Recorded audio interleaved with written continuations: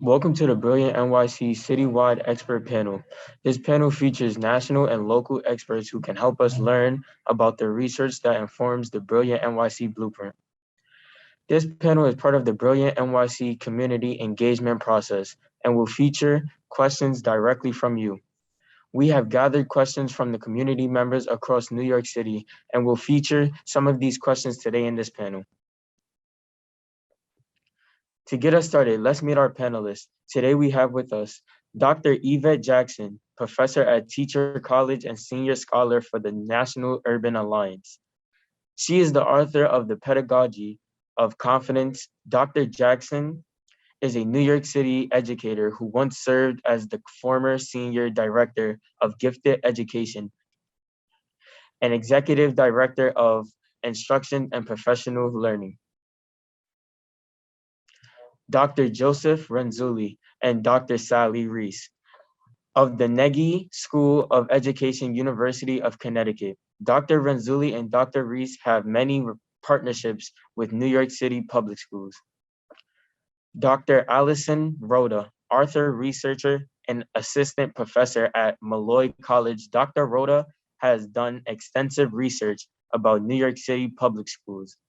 Superintendent Kamar Samuels, Superintendent of District 13 in Brooklyn. Superintendent Samuels has worked to ensure schools in his district are stronger by offering all students opportunities and access to rich educational experiences. Principal Megan Lynch, principal of Nest Plus M, the only K-12 public school located in Manhattan and serving gifted students across all 5 boroughs. Before coming to Nest Plus M, Principal Lynch was an assistant principal and special education teacher. Principal Donnie Lopez, principal of PS 163. Principal Lopez is a Kahn Fellow and has served many roles in the Department of Education, including school leader and teacher. And now let's meet our student moderators for this panel. I am Tyree. One of the most exciting things I've learned in school is learning history and the Civil War. It helped me get a lot of background knowledge on how America got better. Now that you met me, let's have other student moderators introduce themselves. Isaiah, over to you. Hello, I'm Isaiah. One thing I would like you to know about me is that I like science. One thing that I've learned in science is temperature homeostasis. Shariah, over to you. Hi, I'm Shariah. My favorite subjects in school are math and social studies because I like learning about it and I find it really cool. I'll pass it to Ray. Hey, I am Rayleigh. My favorite thing to do in school is ELA because I love writing and I could go all day writing. I could write about anything. Ash, you're up next. Hi, I'm Ash. My favorite subject in school is history because I like learning about it. Back to you, Tyree. Before we begin with this panel, we have a special guest to get us started. We are thrilled to have us Senior Deputy Chancellor Marisol Rosales with us today. She will both share a few brief words to kick us off. It is my pleasure to introduce Senior Deputy Chancellor Marisol Rosales. Thank you, Tyree, Isaiah, Shariah, Rayleigh, and Ash. Thank you for grounding us on abilities, interests, and strengths. I actually had 2 favorite subjects in school, science and sports. In fact, I love them so much that for my first master's degree, I majored on exercise physiology. I was engaged not just intellectually, but cognitively, physically, and socially.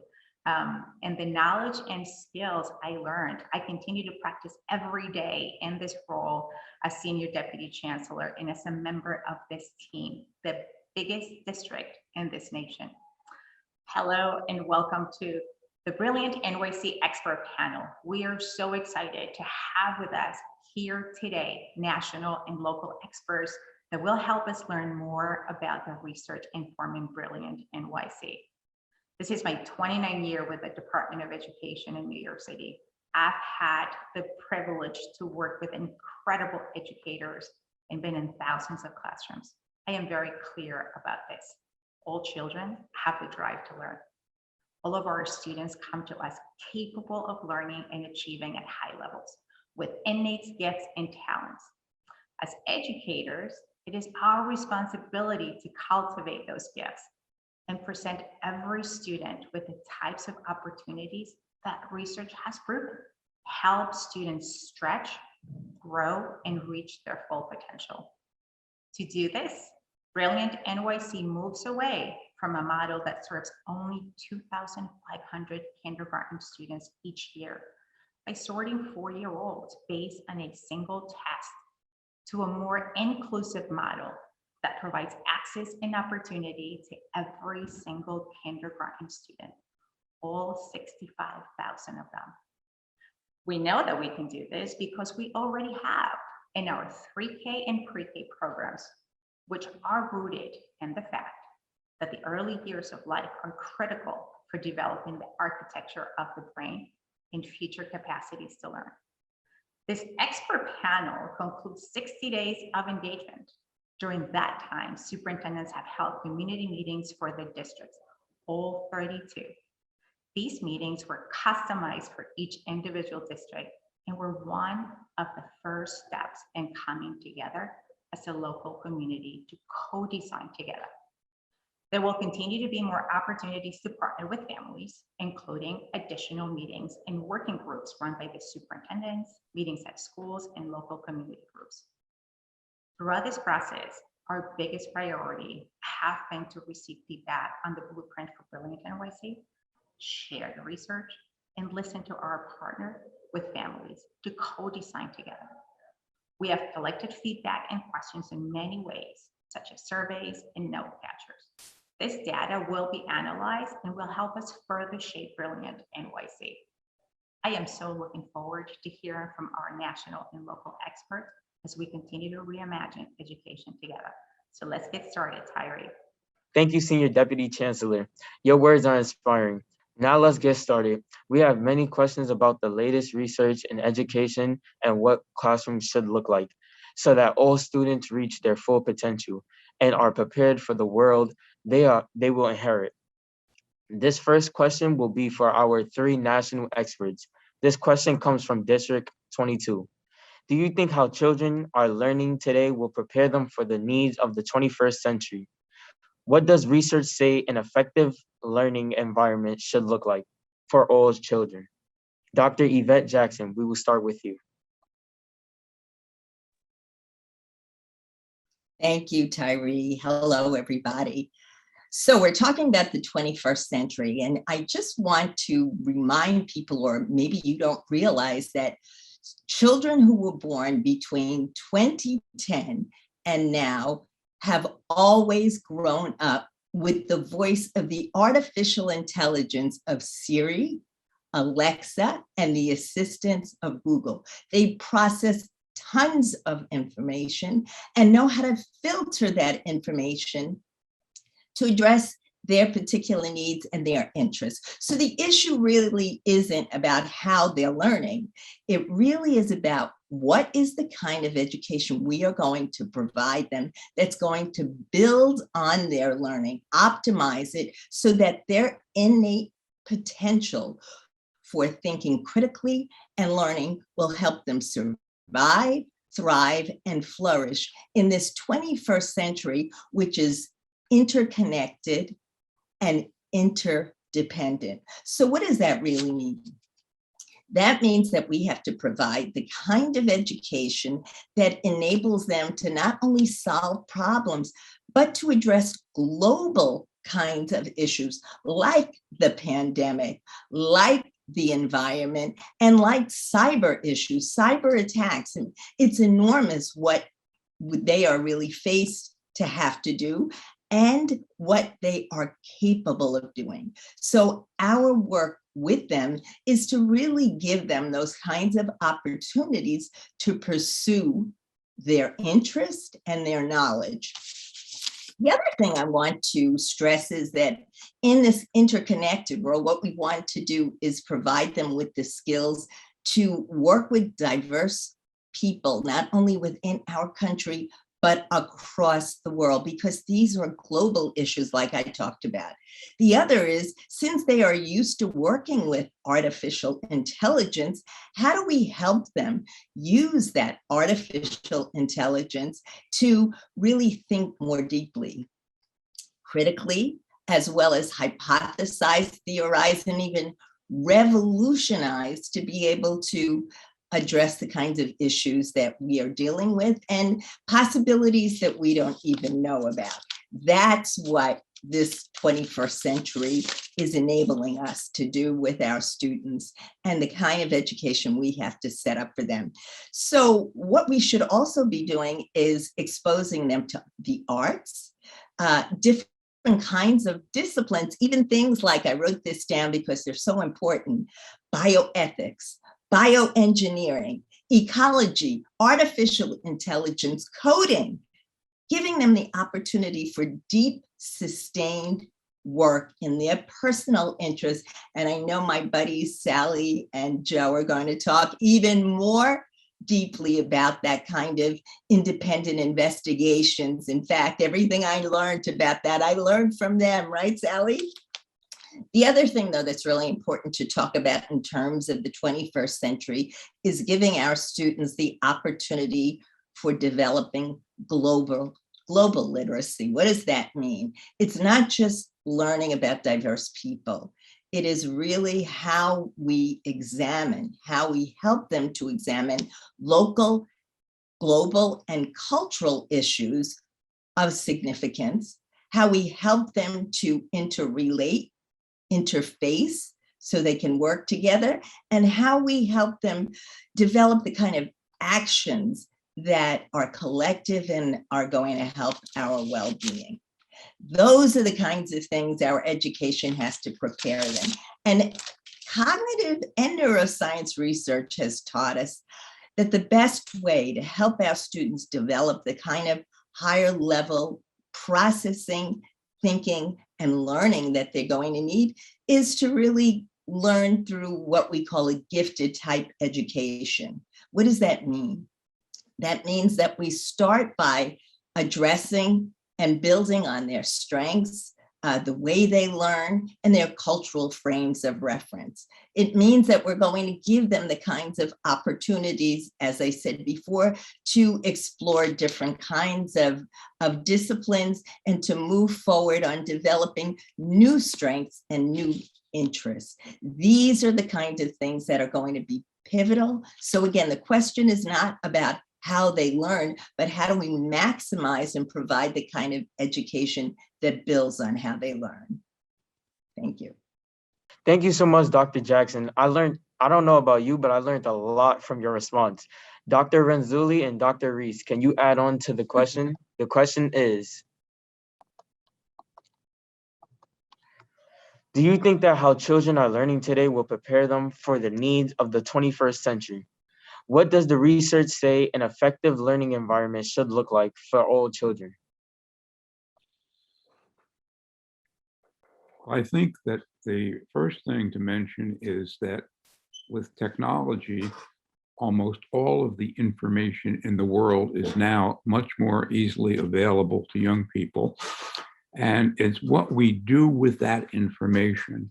And I know that in recent years, there's been a great deal of attention on thinking skills. And so we have the knowledge, the thinking skills that Dr. Jackson so thoroughly covered. And now I think the most important next step is applying that knowledge in some area in which a young person has a strong interest. And some of you mentioned science, and some of you mentioned writing, and some of you mentioned history.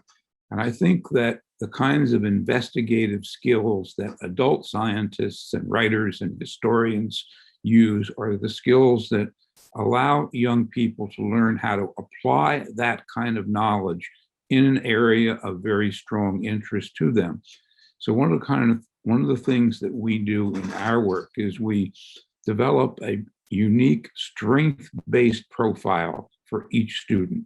And that always starts with interest. To me, interest is the most important starting point for getting someone to do more advanced. The second thing we look at is preferred styles of learning. Do they like to learn by hands-on experiences, by small group instruction, by lecture, by simulations in a laboratory situation? And the third is how young people like to express themselves. And I think that some people like to write it, some like to perform it, some like to sing it, dance it, some like to do artistic work about it. That's a very important way to get a person active in an area where they feel they have strengths and interests. And then the next area is what we call executive function skills. And that's planning, organizing, learning how to analyze material and produce some kind of product, whatever the product might be, a written product, a performed product. And so I believe that having this strength-based information for every student will help that student take a particular topic or idea to as high a level as possible. And Dr. Reece will add some information along these lines as well. Thank you. And also pleasure to be with all of you today. I'd like to focus a little bit on engagement. When we ask about what makes for an outstanding classroom environment and what enables students to learn, obviously, we want them to feel valued. We want them to feel safe. We want them to feel engaged. And engagement in the work that we have done so often comes with the right types of pedagogy. You'll hear a little bit about pedagogy today. That's teaching methods, and also the right types of opportunities.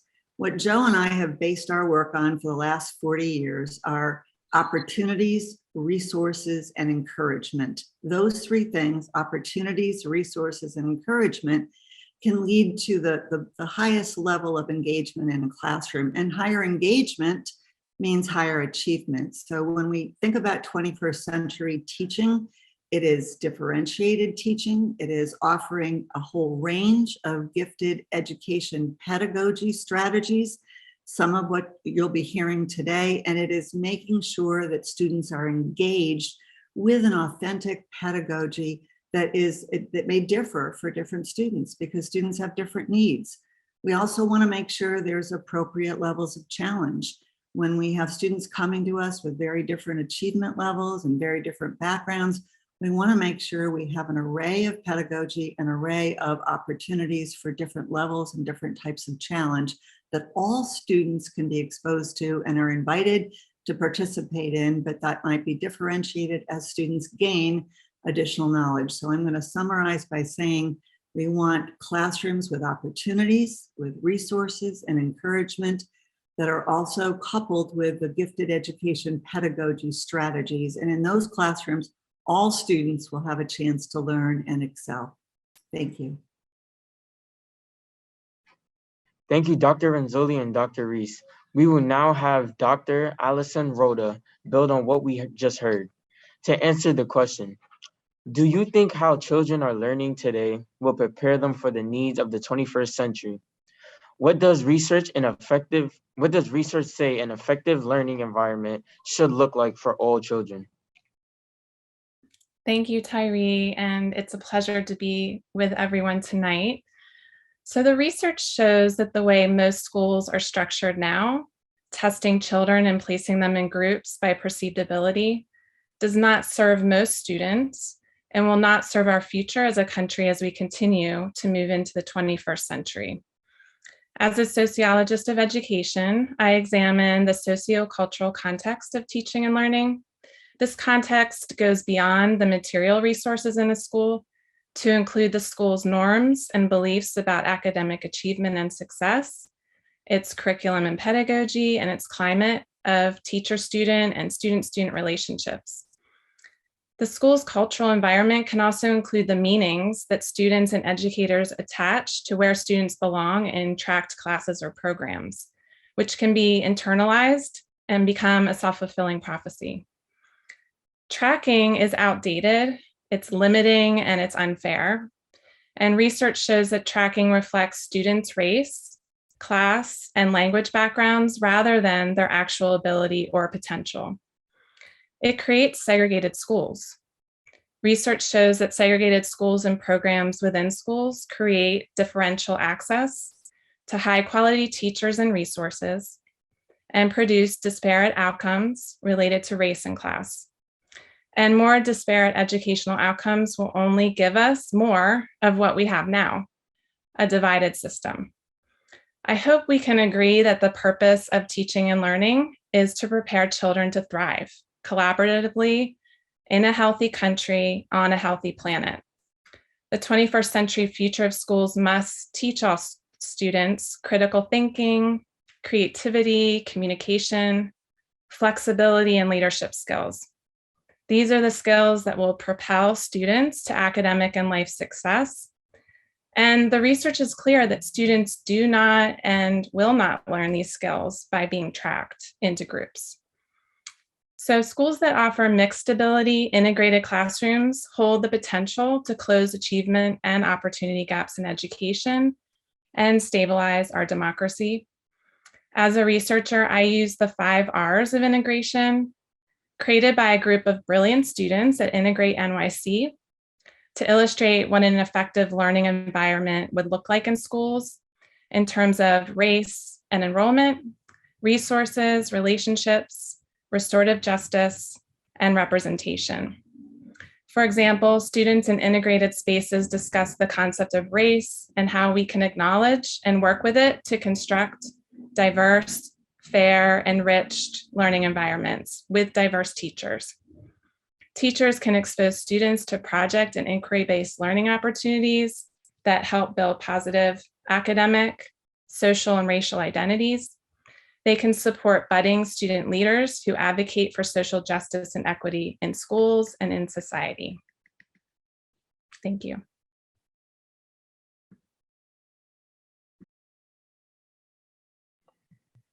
This is a great way to kick us off. I feel like I am a lot smarter already. We now want to hear from one of our principals. This next question will be for Principal Donnie Lopez. Principal Lopez, based on what you just heard, how have you seen this play out in your school?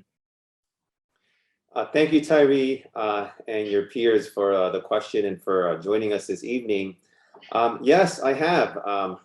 My school community has seen firsthand the success integration has made in creating powerful learning spaces where integration and diversity are valued.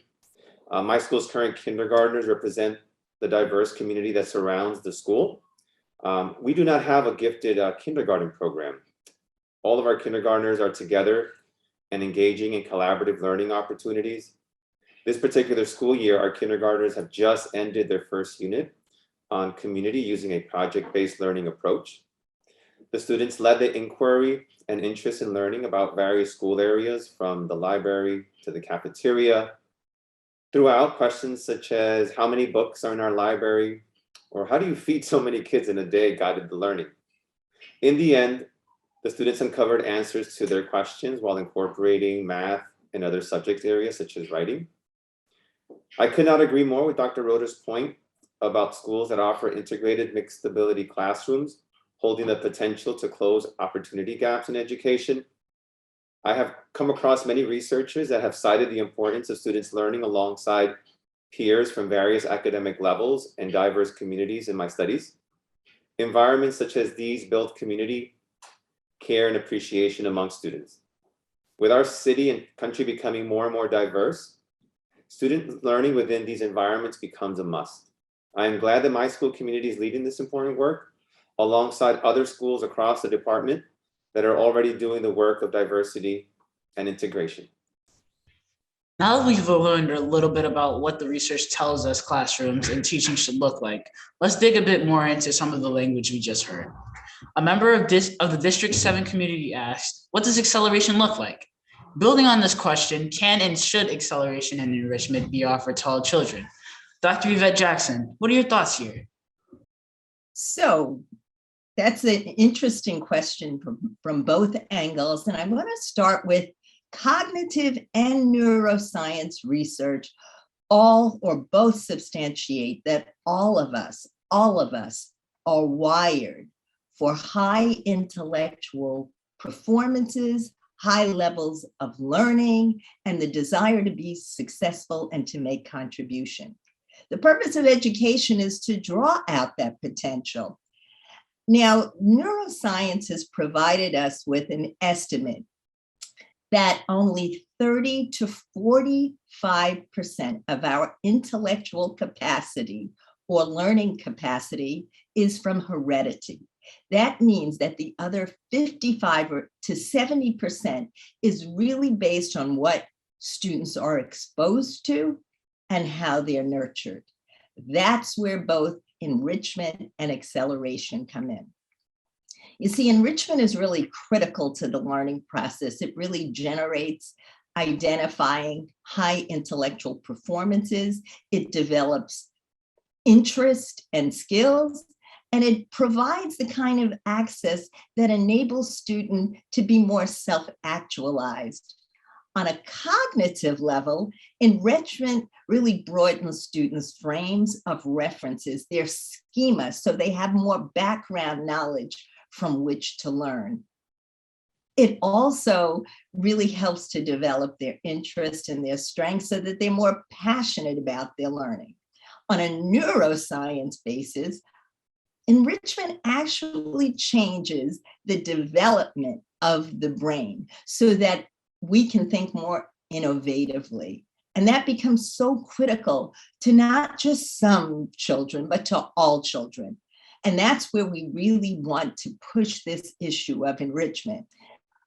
The other side of this is a lack of enrichment actually stifles learning and the cultural anchors that help students learn at high levels. That becomes really critical. So enrichment is about nurturing strengths, identifying high intellectual performances, broadening frames of references.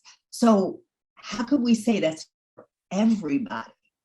Then you have acceleration on the other side. As students learn more and more and develop their strengths through enrichment, they start getting specialized or have really high interest of development or learning. And when that is really developed and exposed or demonstrated, then this is where we take the time to literally accelerate them in their areas of interest so that they get more information from which to be able to elaborate, to question, to hypothesize, to theorize, to again, be specialized in.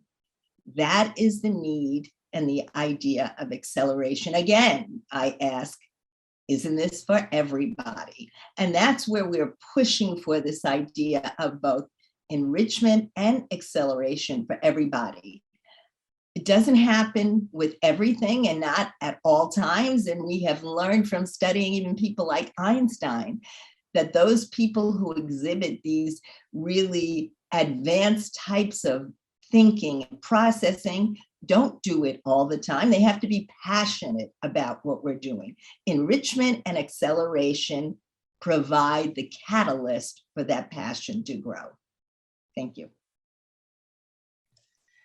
That was very inspiring and interesting, Dr. Jackson. Dr. Renzulli and Dr. Reece, we would like to ask you the same question. What does acceleration look like? Building on this question, can and should acceleration and enrichment be offered to all children? Well, I think that both should be offered to all children. And since the question focuses on acceleration, I'm going to point out that there are a number of different kinds of acceleration, from advanced classes to grade skipping and things like that. One of the things that Dr. Reece and I believe in is that when it comes to basic skill areas especially, we need to look at each student individually and decide which student already knows the material or can cover it faster at a greater depth than the rest of the students in the class. And to do this, we've developed a process which we call curriculum compacting. Otherwise, a youngster could be very bored if the teacher is covering material that they've mastered over and over again. So Dr. Reece might talk a little bit about compacting. She's conducted some very advanced research on this topic that she might want to mention. So I'll pass this on to Dr. Reece, and we'll get caught up on one of the processes that we use to accelerate students on an individual rather than group basis. Thank you, Joe. I'd like to probably just start out by saying one very important thing, and that is that the opportunity, again, I'm going to come back to opportunity, the opportunity for both acceleration and enrichment should be extended to everyone, that there are opportunities for enrichment that we oftentimes reserve for a very small group of students that all students should have a chance to do. And in the school-wide enrichment, and in particular in Joe's enrichment triad model, we have always, for the last 40 years, held to the premise that certain types of enrichment are appropriate for all kids, always at an invitation to engage in them. And we feel the same thing about curriculum compacting. Many times curriculum compacting, which eliminates work that students already know, could be offered to the entire classroom. Much of what happens in September and October and November in schools is repetition of materials that students have already mastered. So we believe in the notion of pre-assessment for all students. And then we also believe in the notion of mixed groupings within classrooms with students that have already mastered the content, being able to do different things, having interest centers, again, the concept of gifted education pedagogy in a classroom, and students that have not yet mastered the content, given the opportunity to work in smaller groups with a teacher.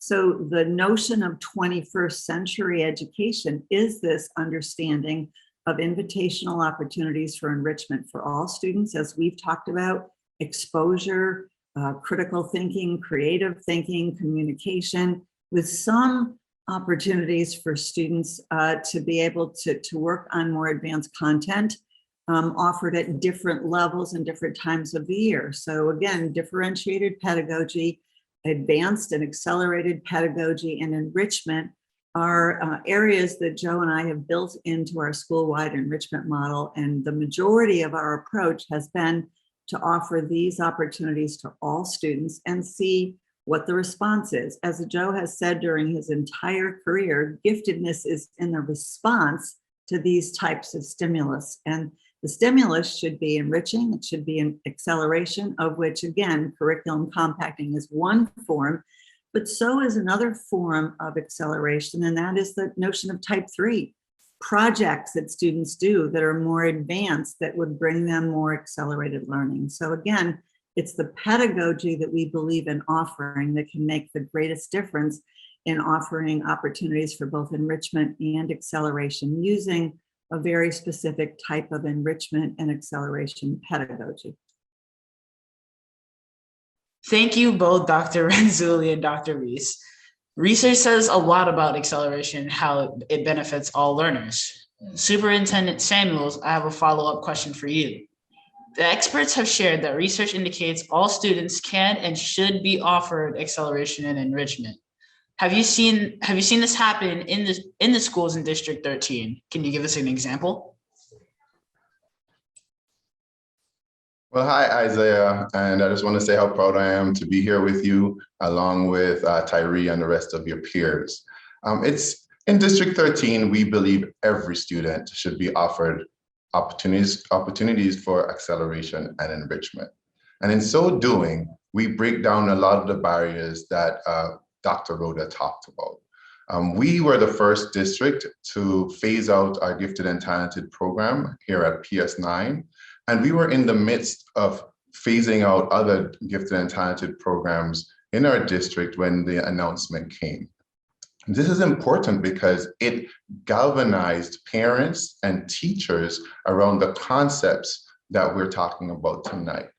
In addition to these efforts, as a district, we are working in various ways to ensure that all our students are given the opportunities.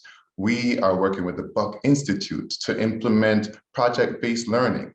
We are working with, we're piloting SEM in several of our schools. We're piloting an interdisciplinary program in a kindergarten, in the kindergarten of one of our schools. So what we're seeing is exactly what our experts have been talking about today.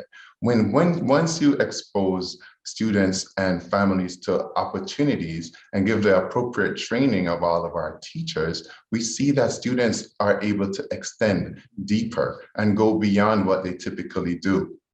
They're also making connections to the global world through common understanding and deeper cultural understandings. We want to make sure that our students have deeper understanding of their global world and can take action locally. And this is what helps to deepen their understandings. Thank you. We have a question from District 27 about this. How do we train educators to do this for all students? Adding to this, how can teachers learn to cultivate strengths and talents in all children? Let's start with Dr. Roda for this. Thank you for that question. So I think when we think about acceleration, we generally think of it as moving through the curriculum in an expedited way. This teaching strategy often labels students and tracks them into separate classes for high, medium, and low groups. Accelerated learning today has been re-envisioned to take into account the research on how the brain develops and learns. It's not by being labeled and told what you can or can't accomplish. This new way of thinking about accelerated learning does not label or track students.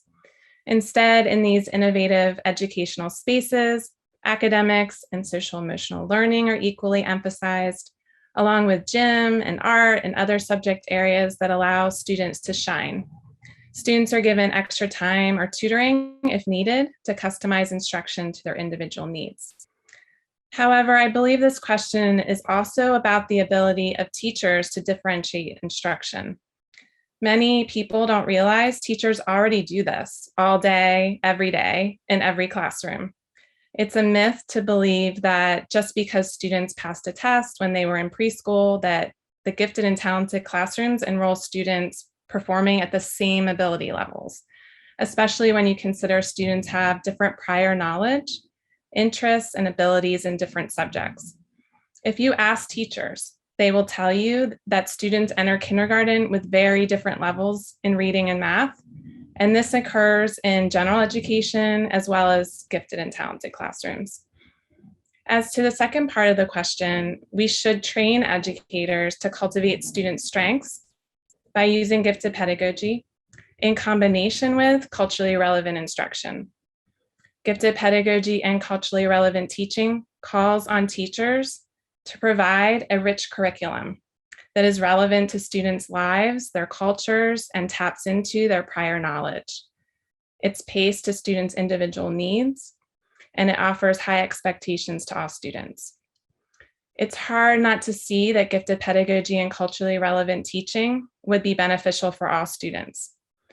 When you combine the two, you get those 21st century outcomes that we discussed in the first question, through building students' positive academic, social, and racial identities, promoting equity and inclusivity, and helping collaborate across differences. Teachers can cultivate student strengths and talents by making the much needed shift to an asset-based approach to gifted education for all.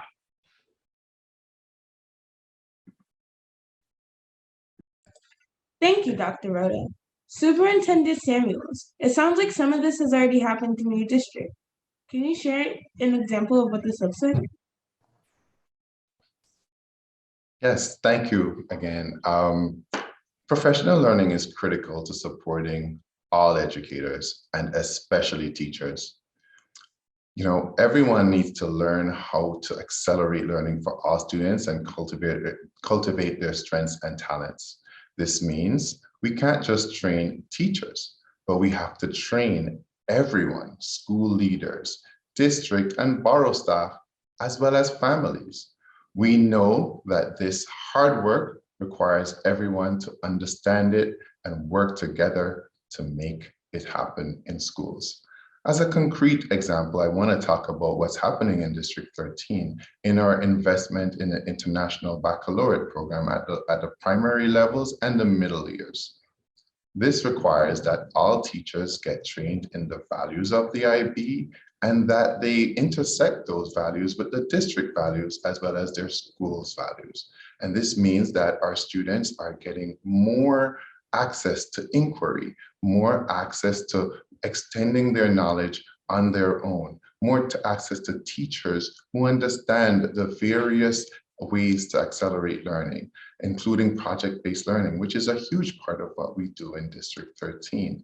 This is by no means easy. It is very, very difficult, but our staff are committed to ensuring that we have transdisciplinary approaches that go beyond just being in silos, and that education can be a more rounded opportunity for all of our students. So we take every single discipline very, very seriously in our schools, and then we have a platform and a structure by which to engage in this work. This is mind-boggling for me as a superintendent. I cannot believe so many of my teachers are engaged in this work. It is really inspiring that we're beginning to really scratch the surface and get really serious about what it means to be a 21st century school. It's great to hear about what's happening in your district, Superintendent Samuels. Brilliant New York City aims to provide all students with the opportunity to receive enriched support tailored to their strengths in heterogeneous mixed ability classrooms. We have a question from a parent of a child in a gifted and talented program in District 4 about this. How can children learning at different levels possibly have any meaningful or mutually productive group discussion when not surrounded by peers learning similar things at the same level? Let's hear from our experts. Dr. Jackson, we'll start with you. That's a great question. So we know that in this 21st century, all of our children are going to need to be able to learn and work with diverse people from diverse countries. However, let's talk about what happens in a classroom. Usually when people say that students are learning at different levels, they usually are talking about reading potential or how they are using particular texts that are at different levels. But that has nothing to do with their capacity for high levels of thinking. It has nothing to do with the kinds of things that these children have been exposed to and have background knowledge in and in real strengths. And so when we talk about getting students together to learn, we want them to learn from each other to appreciate the assets that everybody brings to the table. And so one of the kinds of ways that we promote this kind of diverse learning is through something that's called complex instruction, or CI. I know Dr. Roda knows a lot about that. In fact, one of the places that I read more about this is in her article, really on looking at gifted education. But let's talk a little bit more. Complex instruction is a strategy that is used when all students are working on a specific concept, but have different tasks to pursue about getting information or sharing, thinking about that type of learning or instruction or concept that is being learned.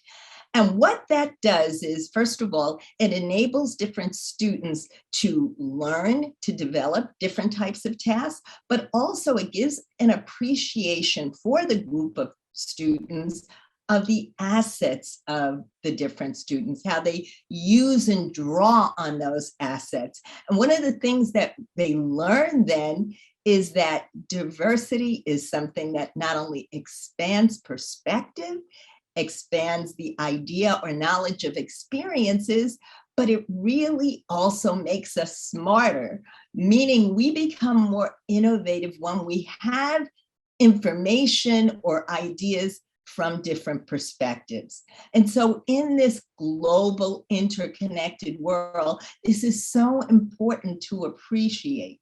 And again, to understand, just because children are reading at different levels has nothing to do with the expanse of their capacity to think or what they've been exposed to. We don't know what strengths they're sitting there with or what information they have that can be valuable to the group. So we use this kind of process to bring students together to do what Sally was talking about in terms of interdependent investigations that really builds on strengths and assets. Thank you. Sounds like the research shows it is possible for all students to reach high levels in mixed level classrooms. Dr. Roda, can you build on this by telling us how teachers might address this in their classrooms? Yes, absolutely. So again, I want to start by saying that all classrooms are heterogeneous. There is no such thing as a homogeneous classroom setting. While some people outside of education might think that teachers can't differentiate in mixed ability classrooms because it's too hard or they don't know how, that underestimates the teaching profession, and it is not consistent with what the research says. Teachers are trained in differentiation, meaning they regularly provide students with different ways to learn the material. What teachers need is ongoing professional learning to effectively and equitably differentiate instruction in every subject and for the entire day. Teachers achieve this goal by meeting students where they are and setting individualized learning goals to drive their own learning and growth. Differentiation is an alternative to separating students into different groups or tracks, and it helps to prevent the reproduction of status and privilege from entering the classroom. So to accomplish differentiation in mixed ability classes, teachers must believe in the fluidity of student intelligence. They must be trained to identify students' unique abilities by interrogating their own assumptions about how students from different racial groups learn and demonstrate ability. They also must be trained to enhance the quality of curriculum through student-centered, project-based learning opportunities, to learn techniques for differentiating assignments and resources, to include supports for students at all levels of the learning spectrum, and to give students tools to persevere through challenges. Teachers should be trained to offer enrichment activities based on student interest and choice. Students could even help design their classrooms, choose centers of interest, which would provide them not only with ownership over their learning, but increased levels of student engagement. Parents should be considered partners in this re-envisioned approach to teaching and learning, and be provided workshops on how to support these practices in school and at home. And although our society and schools emphasize achievement and competition, there is evidence that this philosophy of education is changing. For example, in one of my current studies with other researchers who study parental school choice, we found a significant subset of parents who chose schools for their children's happiness instead of social mobility. They sought out schools that had caring teachers, social emotional learning, and where art, music, and language immersion were also emphasized. More often than not, choosing for happiness also meant choosing schools that were diverse and not hyper-focused on test scores and future school placements. So we must set a new path forward for the purpose of schooling, moving past labeling and tracking students to a system where every child is celebrated for his or her unique abilities and strengths through accelerated and differentiated learning. Let's hear from our two principals to put this in perspective. Interestingly enough, Scott Peters, a professor of assessment and research methods who studied gifted education at the University of Wisconsin-Whitewater, stated, in response to Brilliant New York City, we should absolutely be doing a lot less of separating these kids, unless there's literally no way to provide a particular service. Principal Lynch, specifically, are there examples where there may literally be no way to provide a service? Thank you. I think this question really gets at the need for clarity about what we believe all children deserve. I believe, and nearly every educator I have worked with over the last 18 years shares the belief that as we do the work of equipping every child with the skills they need to read and change the world, we must also meet each child where they are and challenge them appropriately. They must experience the joy of deep, engaging, appropriately complex learning, whether they are multiple years below grade level or multiple years above grade level. As Dr. Roda said, we know that every classroom is heterogeneous and that all teachers strive to differentiate for all learners. And our lived experience is that it is not always possible to meet everyone's need at once in the same classroom with the same curriculum at the same time. And it is particularly not possible in our current school day and class size structures. Most educators, when forced to choose which child's learning needs to prioritize, will prioritize the needs of a child who has had opportunity gaps, who has missed some enrichment experiences, and whose learning is not yet on grade level. And to be clear, that is the right thing to do.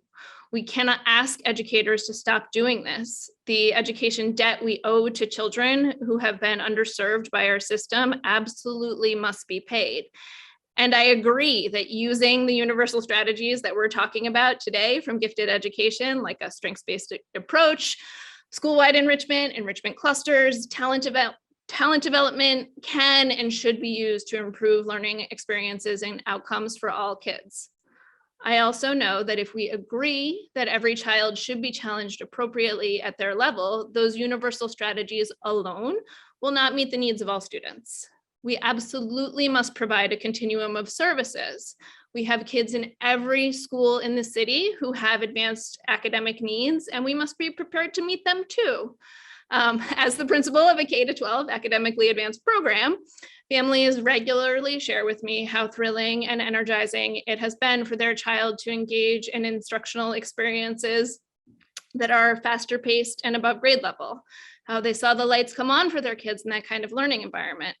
So as we reimagine K-5 and K-12 education, we have to think about these kids too. We have to think about all kids. How will we meet their needs? How will we meet the needs of a kindergartner who's reading chapter books, a 4th or 5th grader who's ready for high school algebra, a 2nd grader who is 2 years above level in reading, writing, and math? Some advanced academic needs will be met with differentiation, many of them.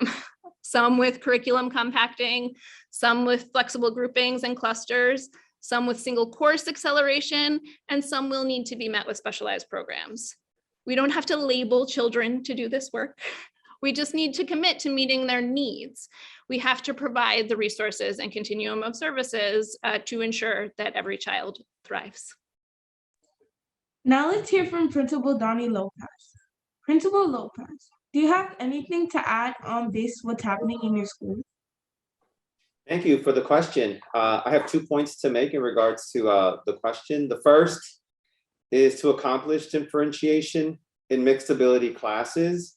The educators in those environments need to believe in their students, their abilities, and their brilliance. As an educator, a principal, a teacher, you should never underestimate the power of taking a positive approach, a growth mindset when working with children. Research has shown that students know when someone does or does not believe in their abilities.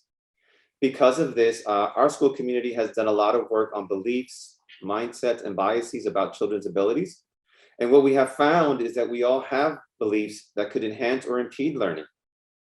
You have to acknowledge your beliefs to shift them so that when working with children, they experience the authentic caring and confidence needed to support a mixed ability group of students.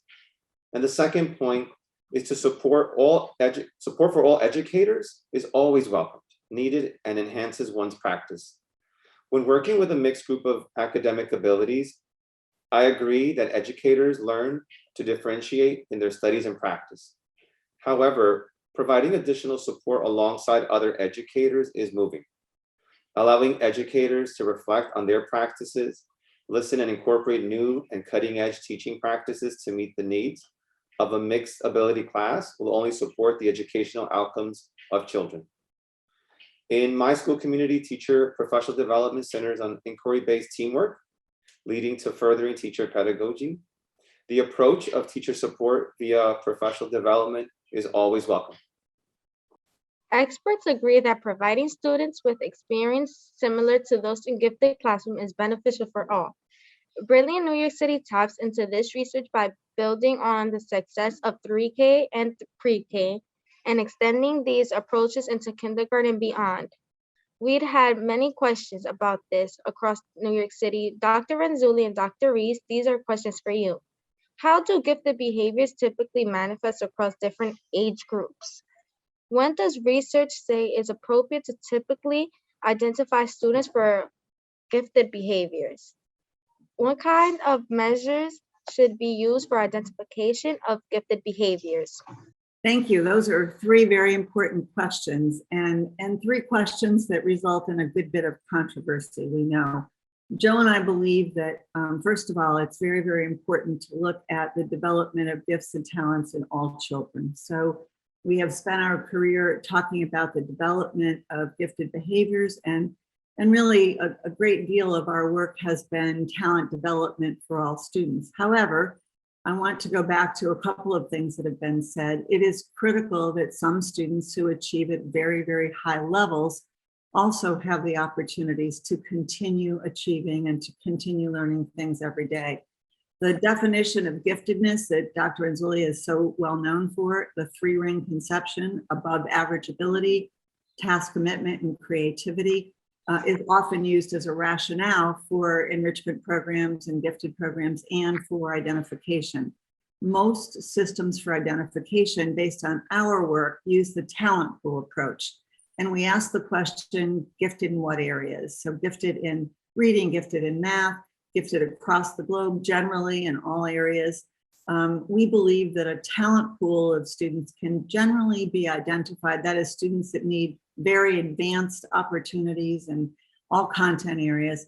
That is probably most reasonable to start in second or third grade after students have had an opportunity to have more resources and encouragement in school. And in identifying a talent pool, these are generally students that are going to be targeted for specific services like curriculum compacting, like advanced opportunities for math and for reading, and usually to identify a talent pool, but it could also, by the way, be a talent pool in art or a talent pool in music. To identify a talent pool, we usually look at teachers that say students need advanced services. We look at achievement scores. We look at how well students are doing. So I want to very carefully blend two things here. The first is the need for all students to have opportunities to develop their talents. And the second is to make sure we're targeting students that need specific services by asking, what are they advanced in? And what we like to talk about is labeling the service much more than labeling the student. So that's a little bit of an answer to three very complicated questions. I'll turn it over to Joe now. Well, I think that gifted behaviors are something that we can best determine by watching a child at work on a particular project, as individually or in a small group. And we can find out, again, if the focus, the interest, the energy, what we call task commitment is there. We can probe the child with some questions that will improve their creativity. What would happen if we substituted X for Y? What would happen if we made it bigger or we made it smaller? There are a lot of good questions that prompt different kinds of creativity. And again, I think it's always best to be working in the area of a child's interest. And that's where gifted behaviors emerge. I know no person that's famous that we know throughout the world for what they've accomplished is working in an area where they didn't have, again, a strong interest, obviously some background in that area, but also the task commitment, the energy to move their work forward in that particular area.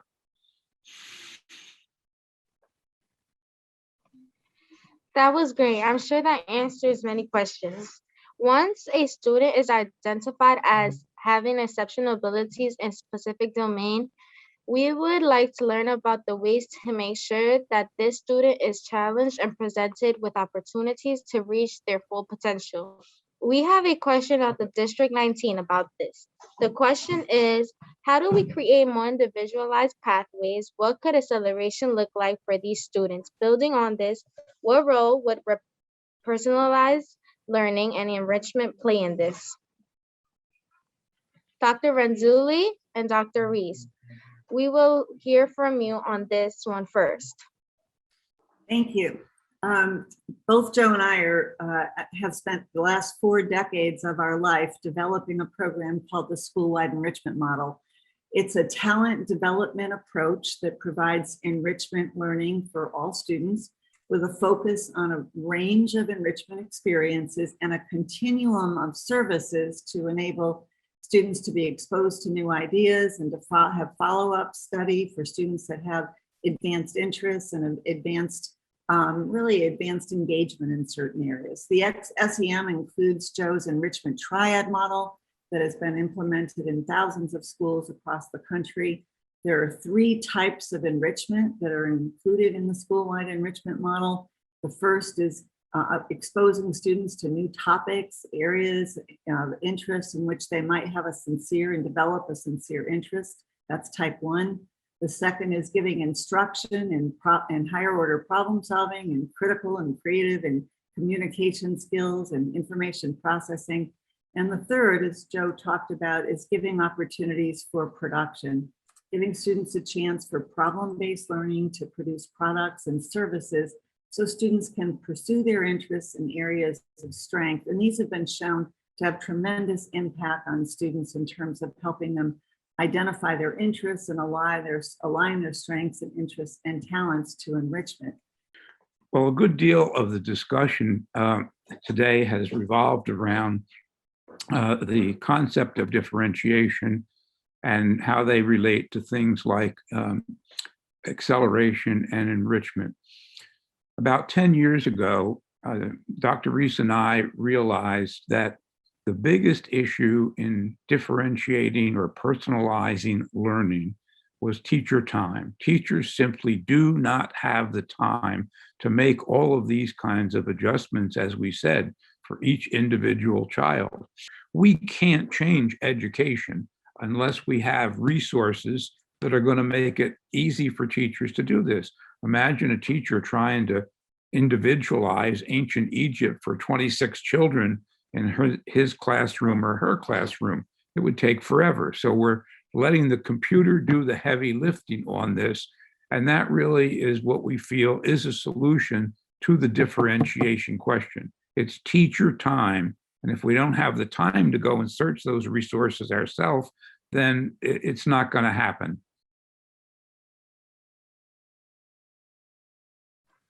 Thank you so much, Dr. Renzulli and Dr. Reece. Dr. Jackson, can you build on that? Thank you, Rayleigh.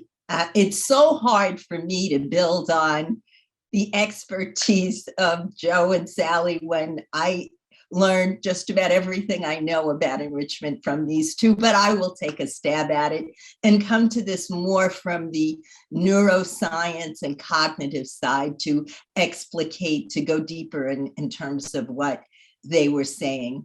You know, when students have had their interest peak through the enrichment, as Joe and Sally talked about, and then have the opportunity for pursuing their particular interests, they get into what Cal Newport describes in his new book as deep work. Deep work happens when students can focus and concentrate deeply in a specific area of interest and strength. This focus actually stimulates neurotransmitters that make thinking more efficient and deepen and expand the learning. It enables them to go more deeply around problem issues to solve, probe for elaboration, search for personal connections, critically analyze tasks they design for themselves, and organize information, all through this opportunity for deep thinking. What happens then is students get a sense of accomplishment. This sense of accomplishment builds up their confidence and accomplishment, like I talked about, making learning more engaging and more enjoyable. Now, when learning is more enjoyable, what happens is neurotransmitters in the brain get released that make literally the thinking more efficient and more rapid. In other words, they are processing at high levels, but in this real state of enjoyment. And that is so critical and exceptional in this learning process. And that's why Joe and Sally's work in this area has such implications, not only for engagement, but for actually cognitive training, building up the capacity of the brain. The last thing I'm going to say about that is Joe mentioned how hard it is in terms of finding the time to identify differentiated kind of resources. And that's why when we look at the identification and what students are showing as interest, I just want to bring forward to teachers that there are things called electronic field trips that you don't have to even leave your room, but can go on, that gives students not only more information, but the opportunity to investigate at very broad levels. Or there are courses, even at MIT, that students can participate in when they are really deeply passionate and advanced in a particular interest that they have. The last is, we talk about massive open online courses, usually associated for exposure for adults, but students can tap into these things as well also. So we just have to remember, the more opportunity students have for building interest and building their strength and using times for deep work around it, the more expansive, the stronger their actual brain matter gets in the process. Now to our principals. Principal Lynch, how have you seen this in your school? What does it look like?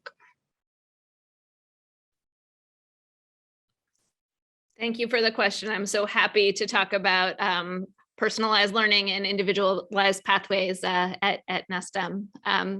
In my school community, we are really focused on meeting kids where they are and providing them with the appropriate level of challenge and complexity. So while as a baseline, we offer fast-paced, above grade level teaching and learning, we still find that we have students that need further enrichment and or deeper acceleration.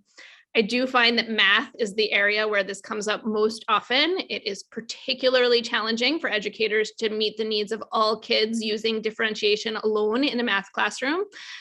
So I'll talk a little about enrichment, acceleration, and individualized pathways in my school community. We'll start with enrichment. We have a range of opportunities, and the type of enrichment that students participate in really varies based on their interests and their needs. So we have a beautiful math website that is full of opportunities for kids to independently explore their interests in math beyond what happens in the classroom. And we have an elementary school problem of the week program for every grade that offers anyone who wants to participate in an additional challenge a chance to have one. We also regularly offer students to participate in math competitions and contests that feature a range of challenging problems. And then we have teams and clubs, some math teams and math clubs, some that are competitive and open to kids who qualify, and some that are open to anybody who wants to participate. Our goal is really to provide as many kids who want more with the opportunity and access to more. But that's only one aspect of how we're striving to meet the learning needs of all our students with advanced math interests and capabilities. We also use some acceleration strategies, both universal and individualized. So the universal strategies, like I said before, we start with an above grade level curriculum. So acceleration in the more traditional sense. In kindergarten, we start with the first grade curriculum and we move at a fast pace. We also differentiate using flexible groupings by unit. So we ask teachers to give a pre-assessment at the beginning of every math unit and to make class and individualized modifications based on the results of those assessments. I will say, I find that the most challenging acceleration strategy, but it is really necessary. And then we invest in providing supports for teachers in meeting the needs of accelerated learners. So we have 2 teacher leaders who support our K-8 math teachers in differentiating for the needs of advanced students within the context of our school community. They will coach teachers on lesson and task design. They will pull kids out for some compacting opportunities. They do a lot to support our teachers and our kids. And then in order to meet the full range of learning needs in our classrooms, we also do have specialized individualized pathways for kids who need them. So even in our baseline accelerated curriculum, We have kids who start the year off with mastery of the curriculum that their same age peers in our school will be working on for the whole year. So in those cases, our math coach works to assess these students and to determine if they need course acceleration. So this is where you might see a kindergartner taking math with the first grade and then returning to their homeroom for all other subjects. A fifth grader who might head up to our middle grades for math, or an eighth grader who might need to join a high school calculus class. I will say this takes a tremendous amount of planning in terms of the schedule, but we feel it's really important to make sure all our kids are challenged appropriately. And we do have the benefit of being a unique K-12 community, where as programmatically challenging as individual course acceleration is, it is not nearly as hard as it would be in a school that ends in fifth or eighth grade. So I hope when we talk about a continuum of services for acceleration and enrichment, I hope that hearing how that looks in my school community helps others to think about how it might look in theirs.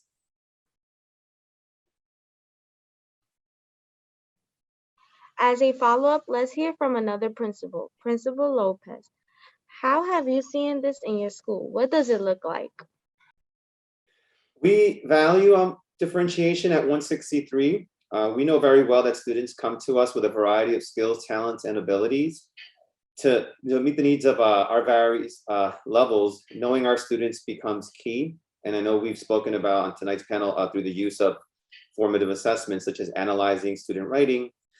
Teachers at our school building can immediately begin to make the necessary adjustments to enhance learning.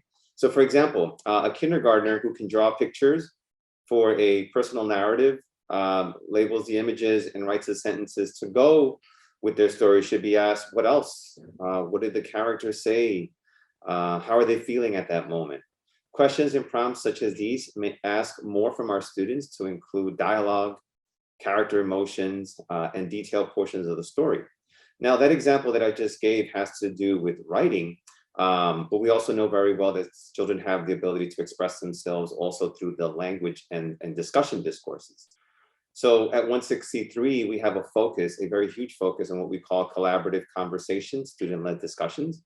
And we take that work and we apply it to ELA, mathematics, and other subjects.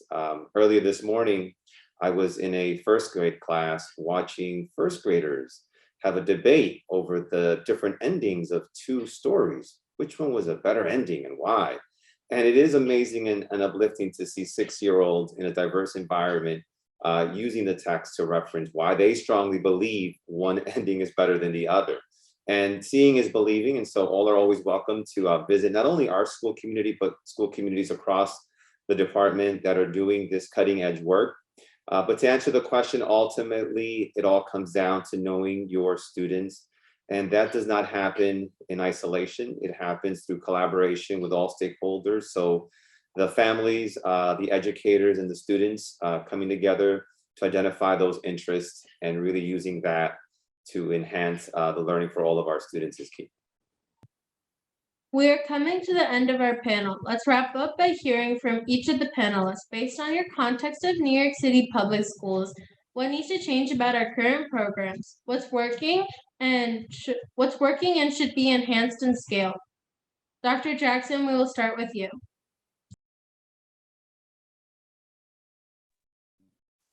Thanks, Ash. I'll begin by discussing what needs to be developed and emphasized in New York City. The first is literally the creation of a written vision for all students in New York City that emphasizes the belief that all students are gifted with the neurological wiring and potential for developing strengths and demonstrating gifted behaviors and high intellectual performances. We have to state that literally in a vision because, first of all, everything else that happens in terms of programs, assessment, policies should reflect that vision and give us a picture of what is it that we should be moving towards that a vision can actually help put into place. This belief should be enacted actually through an explicit mission statement that expresses the highest expectation that all students literally get a gifted education that elicits their intellectual capability and capacities.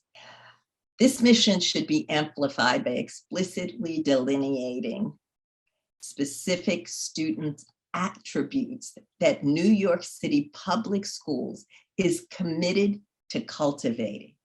That this is really critical. Second, we need to create specific time in teachers' schedules for being part of an equity-conscious community of learning, where they actually are exposed to the science of learning, what activates high levels of learning, and the kind of pedagogy that reflects that science. This would include things like high operational practices that are substantiated by the science of learning, such as identifying and activating student strengths, building relationships, eliciting high intellectual performances, providing the enrichment we talked about, integrating prerequisites for academic learning, situating learning in the lives of students and amplifying their voices. So third, beyond the vision and mission, I really would love to challenge New York City to say that wouldn't it be fantastic if at the beginning of every school year, instead of looking at data to identify deficits, that what we were going to do is take the whole month of September to identify student strengths and interests and give them the opportunity to be able to share those with us. Sometimes those students don't even have belief in their strengths, so we have to really encourage them by exposing them, again, like what Sally and Joe talked about in terms of enrichment, but using this first month to really elicit those kinds of strengths, to use those strengths that have been identified to get into the project-based learning, personalized pathways, and other such things. Fourth, I want to talk about how this kind of differentiation, using the identification of strengths, can really push forward in developing, again, the kind of thinking that actually shows gifted behaviors and gifted understanding. Last two things. We have to look at assessment differently. We have to look at assessing learning growth in every learning and teaching experience. That means that at the beginning of a lesson, a teacher is identifying what kind of behaviors and understandings they want students to develop, and then use the end of the lesson to check in to see what did students learn? How is their thinking really coming forward? And what did they learn more about themselves? These are the kinds of things that I hope are established and built upon. The last thing is to really move forward on what is happening right now in New York City. This effort that is being made is critical and can change the trajectory of all students in our city, in this great city of New York. Thank you. Thank you, Dr. Jackson. Dr. Renzulli and Dr. Reis, same question to you. Well, I think that one of the most important things that we need to do is give teachers some kind of training and experience that promote what we call in the school-wide enrichment model, the 3 E's for students. But I believe the 3 E's are also important for teachers, and that's enjoyment, engagement, and enthusiasm for learning. And I think that the best way to do this is to actually not sit in a classroom and listen to another preacher behind a podium telling you do this and do that, but to actually see it in action. One of my favorite quotations is, "Example is the best school of mankind, and they will learn at no other." And so when people become interested in our work in the school-wide enrichment model, I immediately go through our database to find a nearby school where whoever contacted us can actually pay a visit to see it. Nowadays, with virtual learning much more available, we can see excellence in teaching on any computer or TV screen. And I do believe that if we want to get the many fine behaviors that have been discussed today into the toolkits of more teachers, they need to see it in action. And so that would be one of my major recommendations for changing the largest school district in the entire country, New York City, is to get some of these skills into the toolkits of more teachers. Thank you. It's been an honor to be with you today, and Joe and I have been so honored to work with New York City over these last 4 decades. I'd just like to say that our work in SEM advocates a strength-based approach to talent development, using students' strengths and understanding the strengths, their profiles, the ways they learn, and what their talents are. And if we can focus in New York City on talents, we can then provide ongoing identification and recognition of those talents. We can look at ways to develop interest and curiosity in students' passions, and we can provide enrichment opportunities that build on and create talent development. Talent development opportunities should be provided both within and beyond the regular curriculum to develop students' advanced abilities. Talent development, I believe, in New York City has to be acknowledged as an essential, non-negotiable component in every school. And the schools that do this must have a trained enrichment specialist to help do it. Teachers can't do this without support. When we worked many years ago with Yvette early on, the schools that piloted SEM were just incredible places for talent development, but they had trained teachers and they had a trained enrichment specialist in every school. In order to do this, we need to remember that schools should be places for talent development, and that we need a broad continuum of services to develop the talents of every single New York City student. Thank you.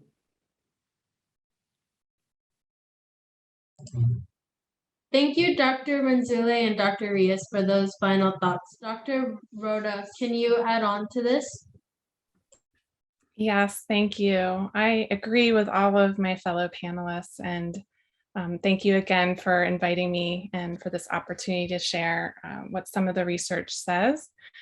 So to begin, I would say I stand with student and parent advocates who have called for the end of the use of tests and other screens that sort and select students for different programs or schools. Using these types of screens reflects socioeconomic status, and it maintains segregation across the system. So the DOE, I believe, has spent a lot of years trying to fix the identification process for advanced learning opportunities, and not enough time on working towards integrating students in mixed ability classrooms and schools. And research has shown for decades that when students are pulled out of class or tracked into separate schools or programs, this disrupts the community and impairs the creation of a climate of inclusion and acceptance of difference. Based on my community-based research in New York City, the negative effects of creating this formal distinction between students, labeling some as gifted, others as not gifted, outweigh the benefits. Even before the Brilliant NYC plan was announced, several schools and even some New York City neighborhoods had phased gifted and talented out or kept local schools from offering G&T programs. In my current research in one multiracial elementary school, I found that parents, teachers, and the school principal advocated for replacing the traditional pull-out gifted program with school-wide models because neighborhood gentrification's effect on gifted and talented enrollment, the mismatch between the school's identity as a multiracial school and the maintaining of a separate segregated gifted program, and substantial resource inequities across the tracks. The school community believed that the school's racial opportunity gap was due to the segregated tracks, and that if the gifted program stayed in place, the school would eventually become a disproportionately white and advantaged school over time. So in my mind, what's working is this move to Brilliant NYC, phasing out separate gifted programs, replacing them with gifted pedagogy for all.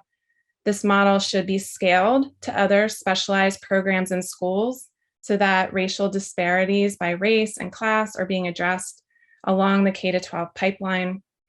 In my research, I have found that parents want to live out their moral values when they choose schools and programs. And I have found that schools with long wait lists also include schools that are untracked and racially diverse. These schools should be the model, not the exception.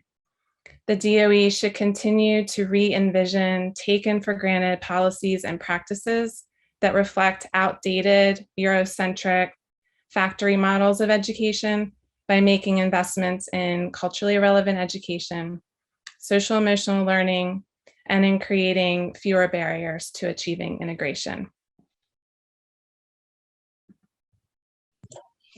Based on what our experts shared, let's hear from leaders in the Department of Education for their final thoughts. Same question for our leaders. Based on your context of New York City public schools, what needs to change about our current programs? What's working and what should be enhanced and scaled? Superintendent Samuels, let's hear from you first. Thank you, Ash. I see you want to get me in trouble by asking me what needs to change, right? So I'm going to limit myself to maybe 3 things, because any of my colleagues will tell you I have a lot to say around this on this topic. Now, number 1, for me, I think we need to change our professional learning culture. We cannot get to all students if we don't get to all the adults. And that means everyone from superintendents to our BCO staff, school leaders, teachers, and parents as well, the community. We need to have strategies that we are engaging in professional learning so that folks understand what we're trying to talk about in terms of acceleration and enrichment. This is important even in our college programs that prepare teachers. I think when we have folks coming into teaching with a broader understanding and a broader mindset, with a mindset that has changed around how we actually accelerate our learners and how we actually get to enrichment activities, I think this is what will actually push this change, right? I think we're not going to be able to get to the levels of differentiation that we need unless we get to the adults in our school system. Another thing that we need to do is actually, when I first started teaching, there was this apparent practice of sending many of our weakest teachers to the lower grades. Right now, there are some amazing things happening in pre-K in our school system.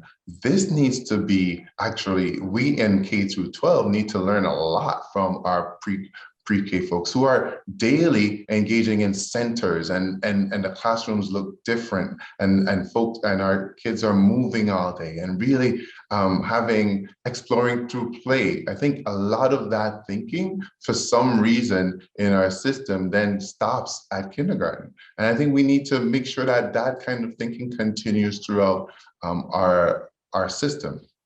And the next thing is, I think we need to look at our structure. To be sitting, that we spend too much time sitting, listening to one adult. We need to students need to spend more time engaging with each other and more time connecting and extending the learning, like we've heard a lot today. And that can be, we've seen some of that in our district, and we want to build on that, whether that's through the IB models that we have, whether that's through the Buck Institute project-based learning models that we see in our district, or whether that's through creating a fully interdisciplinary kindergarten program in our district, which we hope to expand to 1st grade and 2nd grade next year. And so for me, I think the biggest thing is when we look at the adults that are in the room with our children every day, when we look at the adults that are leading this work, we have to make sure that we build our capacity and change our mindsets. Thank you, Superintendent. Principal Lynch, can you answer the same question? Thank you. I love the insistence here today on an asset and strengths-based approach to our work with kids, especially our youngest kids. All children have an innate curiosity and a desire and readiness to learn. And I'm so happy that we are committed to ensuring that every child has rich, deep, complex learning experiences every day, and that the gifts and strengths of all children are seen and celebrated in their classrooms and school communities. I am also grateful for the commitment that all kids have this experience regardless of the school they attend, the neighborhood they live in, the languages they speak at home, their race, ethnicity, socioeconomic, or disability status. All kids deserve classrooms in which they thrive. I am excited to apply the same asset and strengths-based approach to our schools and for school communities to do more learning from and with each other. We know enough to know that different kids need different experiences and supports in order to thrive. And there are baseline strong practices. We've heard about a lot of them today that we should all be using. Many of them are highlighted in the blueprint, and we should learn from schools that have already successfully implemented some of these practices, like strengths-driven instruction, real-world experiences, enrichment clusters, talent development, and project-based learning. There are schools that are crushing it with doing that work, and we should study them. I would love to see, we talked about professional learning. I would love to see educators doing more intervisitation in places where this is happening, and then having real time to process what they've observed and plan accordingly. So that's one part, those baseline practices. And I think we also can and must plan for the needs of kids with exceptionalities and learn from schools that are doing that work successfully. In my school community, I think we do an excellent job of understanding and meeting the needs of kids with advanced academic abilities. There are schools that have highly successful, beautiful inclusion programs for neurodivergent learners, and schools that have stunning advanced creative art programs. What can we learn and implement from those programs? What aspects may not be practical and possible in every school setting? As we think about how to meet the needs of all kids, let's really, really work on learning from programs that are already meeting the needs of kids with exceptionalities and grow from there. So I believe that we have to be able to do both. We have to honor and provide the rich, deep, joyful learning environments that all kids need, and honor and provide the continuum of services required to ensure that every child has their social, emotional, and intellectual needs. I'm a special educator at my core. I believe that kids who can have their needs met in the general education classroom should have them met there, and that schools must be provided with the full range of staff, training, and resources to ensure that that can happen. And as a parent, a special educator, and a principal, I also feel that kids whose full range of needs cannot be met fully in a general ed setting should have access to the specialized programs that they need too. Every child in New York City deserves to learn in joyful, diverse, affirming, complex, challenging classroom environments where their individual strengths and needs are recognized and met, and where they are equipped with the skills to read, confront, and change the world. I know we can do it. And as a public school parent with a daughter who will enter kindergarten next year, I am really excited to collaborate on rolling out an equity-driven continuum of services grounded in the belief and capabilities of all of our children, and a commitment to giving every child what they need to thrive. Thank you.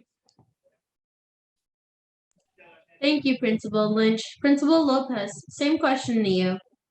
Thank you, Ash, for the question. And thank you to Brilliant NYC for inviting me to join this evening's panel discussion.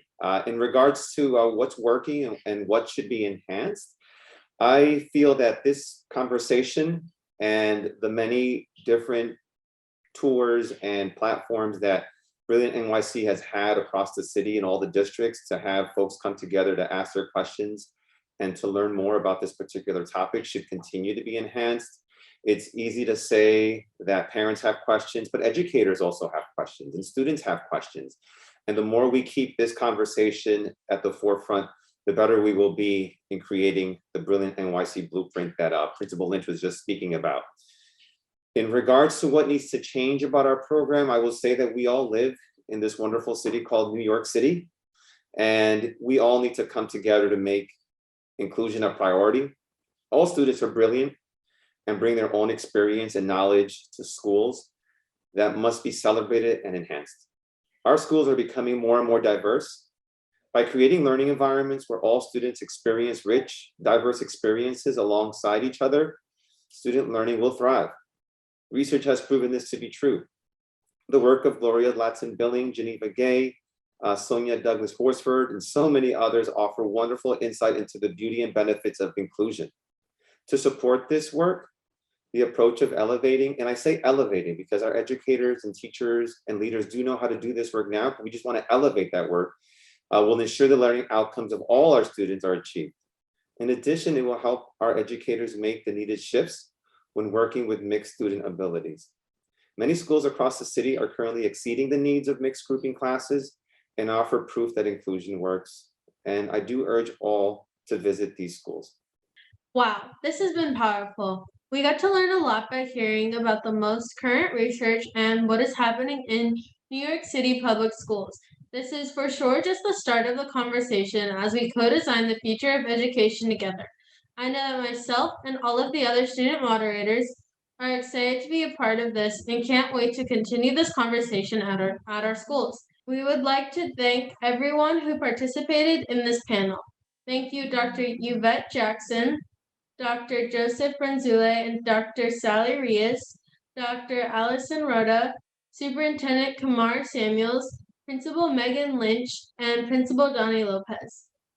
A special thanks to all of our student moderators, Tyree, Rayleigh, Isaiah, Ash, and Shariah.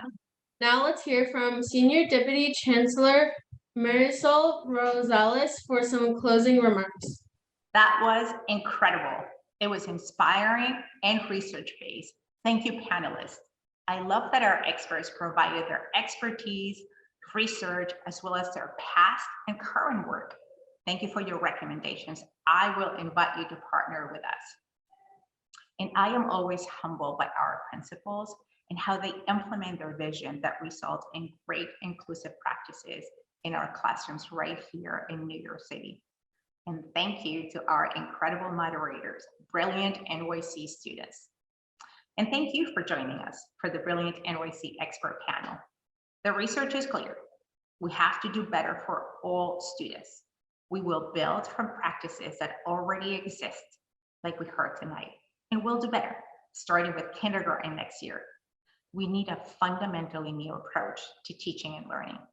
One that is grounded in the fact that all children have the drive to learn and achieve at high levels, sees every student for their strengths, and cultivates the innate potential of all children, starting at a young age. Brilliant NYC does just this. We will do this together. This is why we want to continue to hear from you. So please be sure, complete the short survey following this panel. Your feedback is critical in making sure every student in New York City has their brilliance shine. Once again, thank you, be safe, and continue to see the brilliance in all our children. Good night.